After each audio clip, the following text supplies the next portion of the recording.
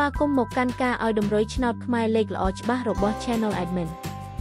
ថ្ងៃនេះ Admin មានលេខល្អៗសម្រាប់ចែកជូនដល់ពុកម៉ែបងប្អូនយកទៅផ្សងសំណាងសម្រាប់ឆ្នោតខ្មែរថ្ងៃទី5ខែមីនាឆ្នាំ2026មុននឹងឈានដល់ការឲ្យតម្រុយឆ្នោតនាងខ្ញុំសូមចិត្តពុកម៉ែបងប្អូនមេត្តាជួយ Like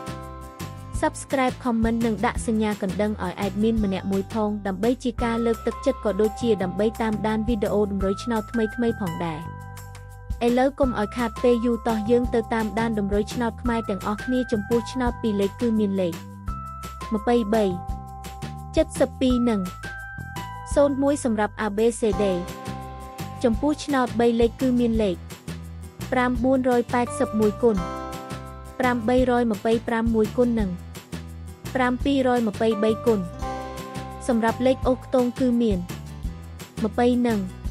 70សម្រាប់លេខអូសចាសឥឡូវនេះវីដេអូតម្រុយឆ្នោតរបស់ Admin គឺបានដល់ទីបញ្ចប់ហើយនាងខ្ញុំសូមជូនពរពុកម៉ែបងប្អូនដែលបានយកតម្រុយឆ្នោត Admin យកទៅផ្សងសំណាងជូនពរឲ្យគ្រប់គ្នាចាក់ត្រូវគ្រប់គ្នាជម្រាបលាជួបគ្នា